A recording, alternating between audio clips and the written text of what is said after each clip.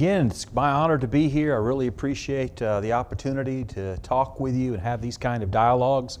And I encourage you, if you've got questions, to reach out and we'd be happy to discuss it further.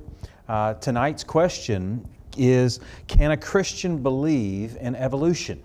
Now, this is a challenging topic, especially for a lawyer who's a lawyer primarily because he could not pass the science courses. But one of the challenges of this question is it assumes that you're in an environment where it's relevant, right? I mean, we don't live day to day with any relevance for whether or not evolution is true.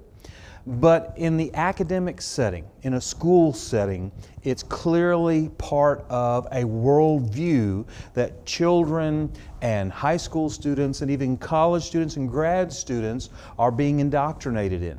And so I think it is relevant in the sense that it shapes the most core values and thoughts about reality. And that those thoughts, those ideas about reality are going to in turn affect everything you do and live and how you live in life. And so I do think it's a good question to answer. I teach at a small Christian university, Freed-Hardeman University in Tennessee, and a lot of times I hear people refer to it as the bubble. Right? And by that they mean it's this small campus with less than 2,000 people that is, everybody all thinks the same. Now, of course, that's not true. And yet, that's the perception. Maybe it's because there is a critical mass of Christians on that campus that do share the same worldview, and that allows them to accomplish things as a group that we can't accomplish individually by ourselves, and they become quite a force for good. But that said, there is a lot of things that the faculty will disagree on, or even the students. And so I think that it's important that we recognize that every teacher, even a science teacher, a biology teacher, is going to have a point of view, and that's to be expected. And we should also expect that we're not all going to agree on that particular topic or that particular point of view. And there's no getting around that fact that we have different opinions about what the facts are. But the issue, and I mentioned this in our Q&A after the first session, the issue is not whether folks have different opinions, but how they express those opinions. And I think it's important that we approach this topic tonight with the right attitude, the right intention, and that is to maybe not try to win the argument tonight one way or the other on this question, but to just plant some seeds and allow God to give the increase. I would analogize it to, as a lawyer, maybe me presenting to you some evidence and allow you as the jury to reach a reasonable conclusion. So, biology professors around the country are kind of notorious for dismissing out of hand the idea of creationism. They will basically start off a class for freshman biology class, and they'll throw the Bible in the trash can, and they'll make some offensive statement about how anybody dumb enough to actually believe in the first couple of chapters of that book really don't need to be in this class. Well, how do you respond to that? Are you intimidated? Do you feel like, he must know more than I do? Is there really a place for a Christian in a science class? And can reasonable people disagree about the truth or the reality of this? Now, I again would encourage you to basically judge for yourself whether it's reasonable for a Christian to believe in evolution. But the first thing I've got to do, skip that. The first thing I've got to do is sort of define our terms, defining evolution. Because I think this is critical, because I think part of the reason why people will immediately turn off a Christian who's trying to have a reasonable discussion about this is that we haven't defined our terms. When you use the word evolution, if you mean change over time, that's not an issue. Both Christians and non-Christians believe that we change over time. You just have to look at my son to see how much taller he is than me to know that that's true based on your environment and climate and so forth. If you are talking about microevolution, again, change within a species that is going to make differences, significant differences, not just in color but in function. That again, not much disagreement there. I think both Christians and non-Christians agree that microevolution exists. What we are wanting to talk about tonight, the harder question, is whether or not a Christian can believe or should believe in macroevolution. And macroevolution is the idea that you go from molecules to humans, right? And that you do that by accident. You don't do it with any kind of intelligent being orchestrating or designing that. That is macroevolution, Darwinian evolution, if you will. And I not only think that the evidence is against, that there's not enough evidence to support macroevolution, I think there's a lot of evidence against it, making it an unreasonable, untenable position to take. So let me offer three points to think about and see what you think. And the first point is, I don't think a Christian should believe in macroevolution because only God actually creates. Let me explain what I mean by that. Genesis chapter 1 verse 1 says, "In the beginning, God created the heavens and the earth." Now, do you really understand what that means? He is not taking different materials out of the storage lockers and mixing ingredients like baking a cake. He is literally creating something from nothing. When you talk about creation, it's something only God can do. And so when we start engaging people or debating people over the question of evolution, we need to make clear in our minds and in that discussion that evolution has nothing to do with creation. Evolution is a secondary step, and that the concept of creation is the concept, something that only a God, like the God that we read in the Bible, can do, because it requires you to create something from nothing. Evolution assumes something and then changes it over time. And that's a fundamental difference. I love Ecclesiastes chapter 1 verse 9, because it says, what has been is what will be. And what has been done is what will be done. And there is nothing new under the sun. You've heard that, right? Now listen to the next verse. Verse 10. Is there a thing of which it is said, see, this is new? It's a rhetorical question. The answer is no. It has been already in the ages before us. There is no remembrance of the former things, nor will there be any remembrance of later things yet to be among those who come after. You know, if you've seen some of the 7 wonders of the world, that list changes over time because people have forgotten what were one of the top wonders of the world. It's covered over in grass and moss and destroyed by the elements and erosion. And yet, even when we still can see something like the pyramids, we don't know who built them. We don't even really know how. We admire them, but a lot of that knowledge and understanding of what was accomplished has gone by the wayside. But all of that was not creating. When you built the pyramids, you were taking materials that already existed and just putting them in a different form, in the shape of a pyramid, if you will. Now, so what I would ask is for you to think about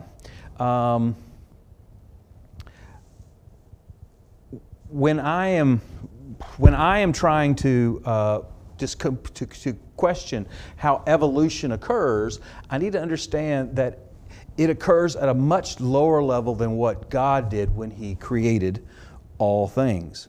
We're just recombining. Likewise, evolution is just recombining, and it's God that does the real creating. Think about taking the color blue and the color yellow, and when you combine them, you make green, but it's nothing new.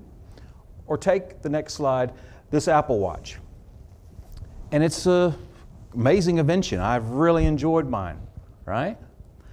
And it took a lot of engineering to put all of that into this little package. But at the end of the day, you may invent a watch, but you didn't create time. Next slide.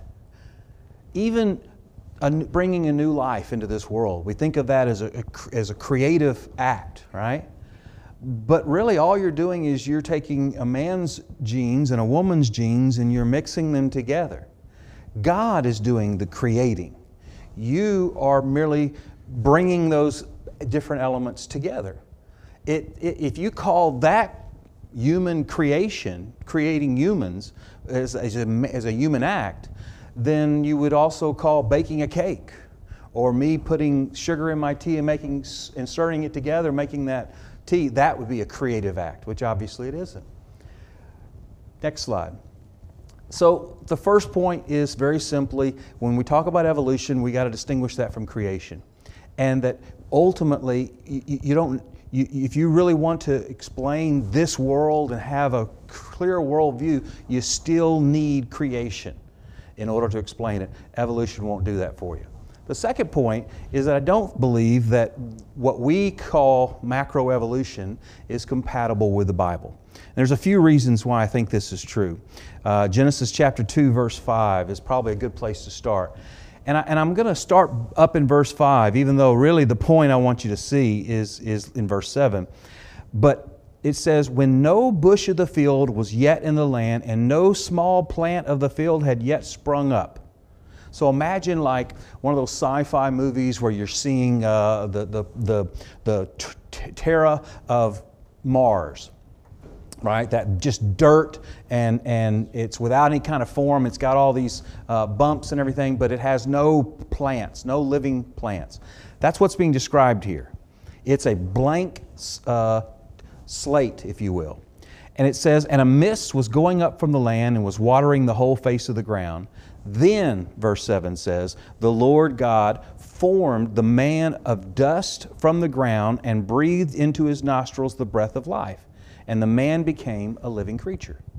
Now I want you to observe that although we're at day 6 and there are many animals that God has already created, it doesn't say that man came from an animal. It says man came from dust. And the idea is that God could have explained himself if in fact he took, whether over a 24-hour period or over millions and billions of years, man from some lower life form. After all, that's how Eve was created. Not that men are lower life forms, but that God explained that he took from Adam a rib, so he took from an existing life form and created another life form, the woman, right?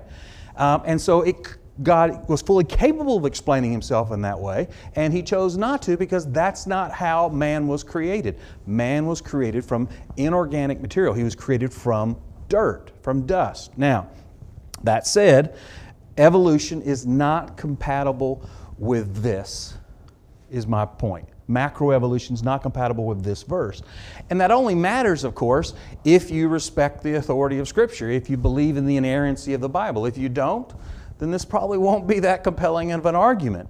But the question is not whether anybody should be believing in macroevolution. The question is whether a Christian should believe in macroevolution. And a Christian needs to believe in the authority of Scripture, the inerrancy of Scripture. And there's no way, in my opinion, for you to reconcile this verse with the concept of macroevolution to explain how Adam was created. And so God, I think clearly in Genesis 1 and 2, shows that God created life forms individually through the days, and then you get man on day 6 and he does it directly from dust. It's not a reasonable interpretation to say that the text could allow you to fit macroevolution in there. Last point, number 3, it doesn't, macroevolution doesn't, not only in point number 1, we were trying to make the point, is macroevolution doesn't doesn't get you to a worldview that makes sense, because you need to still explain where whatever they used to create the other forms came from, so you still need God. But the third point is that macroevolution doesn't get around the need for God with regard to its own process assumptions. Now, let me give you a few examples of this. My father-in-law, for many, many years, when I first started dating Jennifer, my wife, and first got married, he was really big into beagles. He took them to field trials, and he would have dozens of them, right? And he would win a lot of awards for his beagles. And what he would do is he would breed them very carefully, right? So they would stay on the line, so a rabbit could run and zigzag around a field, and I would see the rabbit run right in front of them. And these dumb dogs refused to go after the rabbit. They would stay on the scent, because the way they were bred, if they went ahead and did the logical thing, if you're trying to catch a rabbit and jump off that scent and get to the rabbit, they would have lost the field trial. And so they would follow the little zigzag trail and then eventually get to that same path where I'd saw the rabbit 15 minutes ago. And so I got a little frustrated because, you know, if you're going to chase rabbits, it's to hunt them, right? And that wasn't the purpose for his dogs and why he loved the activity so much. But he bred the dogs to have that good nose and that good form and that ability to bark and not be too loud, not too soft. And there was a lot of different characteristics he was looking for in those dogs. And he would breed dogs that had a stronger mouth in order to bring it out in the pups from a female that had a little softer mouth, et cetera, et cetera. And the first point I want you to understand about why macroevolution is not going to be able to accomplish what people think it will without God is my beagles. Go to the next slide. This one here. One of the things that scientists have recognized is there's something called epigenetics that are basically the structure, okay? And that the structure in which your DNA, which can be manipulated and can have mutations and can change the way you appear and whatnot, is like a ceiling on how much it can change. And the only way, so I can change those dogs, I can change their color, I can change their size, I can change their loudness, I can change their smell, right? By manipulating the DNA, either intentionally or even accidentally. You give me enough time, right? Mutations. But what you cannot do, and people are just now realizing it, is allow that change to surpass the epigenetic code that or structure that will limit that ability to change.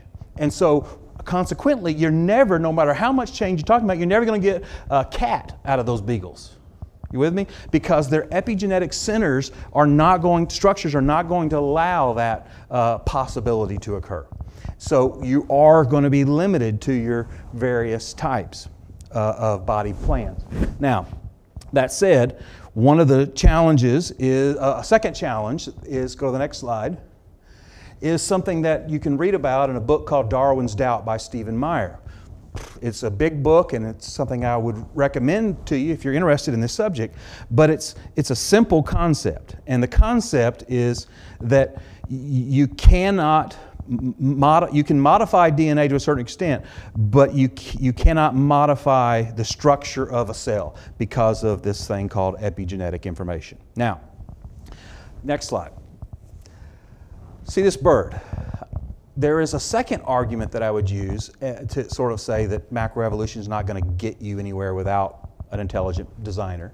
And that is that if this bird was slowly over time, gradually evolving to be able to fly, it would never get off the ground if it only had half a wing or even 90% of those feathers. You have to have the full package in order for flight to be possible. So if you're saying that flight evolved from a fish to a bird over gradual time, I would submit to you that every one of those would have been failures until you had a full 100% bird. Let me make it the point a little differently. Look at the next slide. Here's how Frank Turek, who is a pretty well-known apologist, and he puts it this way: the longer period of time you have, the more nature randomizes things. So let me show you something that most of us have, which is a smartphone. And I want you to think about this phone from the second argument for why macroevolution is not enough without God, and that is it's called irreducibility, right? The idea that some things are so complex, so irreducibly complex, that you cannot, they wouldn't survive in a evolutionary sense of survival of the fittest because they'd have no function, they'd serve no purpose if they were only partially done. Let me give you an example. This is a breakdown of this iPhone and all of the ingredients that are involved: copper, gold, silver, tungsten, right? Silicone, phosphorus, boron, right? Arsenic. And you've got to have all of those ingredients in order to make this phone. Next slide. If you break it down, they total up to 129 grams. If I was to take this phone and crush it down to its molecule, this is what you would get: 129 grams of these different ingredients. So what are the chances, without any intelligent design, just by chance, and I'll give you as much time as you want, if I was to drop this phone from a plane at 1,000 feet, not this phone, if I was to drop those ingredients from a plane at 1,000 feet, that when that landed by chance, this phone would be formed? Everybody'd say, no chance. Well, I'll give you more time. So let's go up to 60,000 feet. Now, what's the chance if I was to drop 129 grams of exactly the right amounts, of exactly the right ingredients, or maybe even an oversupply if you need some chance of things, washing away or blowing away? If I drop it from outer space, would you still, with enough unlimited time, ever get this iPhone? And the answer, of course, is no. Why? Because of irreducible complexity. You see that we're not talking about an intelligent being. I've heard the analogy when you make these kind of teleological arguments of a monkey on a typewriter, and how long would it take for a monkey to accidentally create a Shakespeare play, right? I'm not willing to, that's not a fair analogy, because the monkey's a living being. He can affect change. He can apply energy and take materials and mix them and do things, right? You got to get evolution, you got to get evolution before life. That means you got to get evolution, you got to get these things to do something and mix up and create something without any life form yet. It's not possible. If you have inorganic material like 129 grams of these items, right, then nature, the second law of thermodynamics, says that those things are going to erode and dissipate and scatter. They're not going to come together in some kind of organized, useful form. 100% of the time, that's the case. If you have some source of energy, if you have some sort of life form, then you might be able to make progress, but you can't get to life with just macroevolution because of irreducible complexity. Third and last point. Now, this one is probably over my depth, and this one I found very interesting, and so I just want to share it with you because it's basically an example of the third kind of argument, and that is the fine-tuning of the universe. The idea is that as the more we learn in science about this universe, the more we need God to explain it. I'm fascinated by things that I cannot see, like electrons. And the fact that everything is made up of things that at this level that they're so small you can't even see them, right? That's a fascinating idea, right? But what scientists are learning about these electrons is that they're in all these different orbits, right? Even in one molecule, they've got these electrons in orbits. And the reality is, what's keeping these electrons from falling down to a lower orbit? And the answer is nothing. There is a principle, a law that happened to exist that says there can be no more than 2 electrons in any given orbit.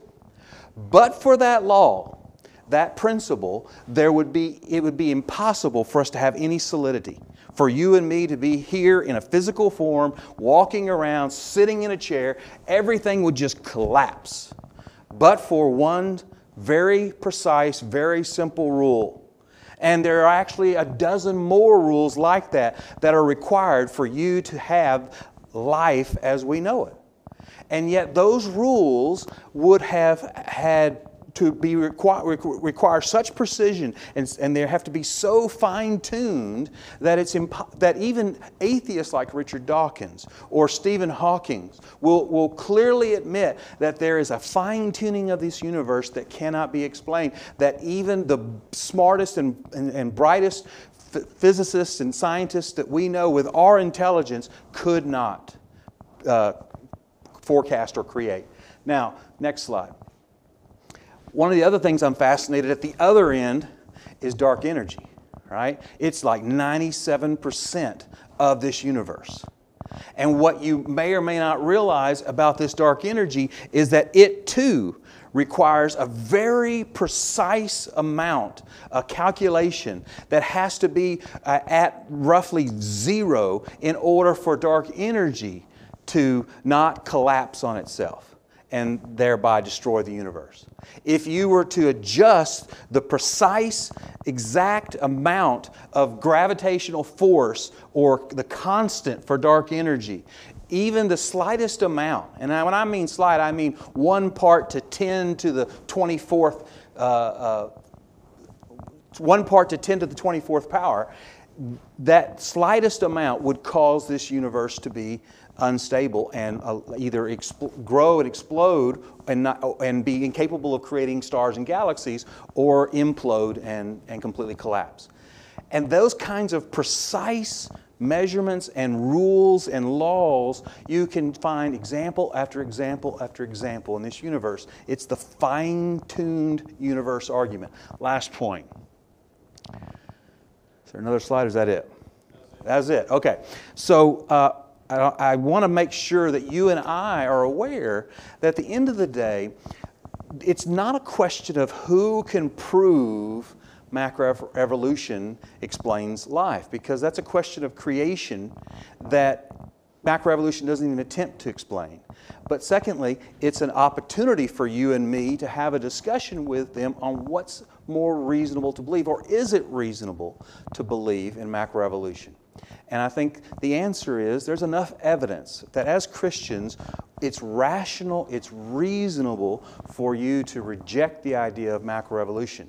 You don't need it in order to explain this world, the reality in which we live, and it wouldn't help you explain this world without God.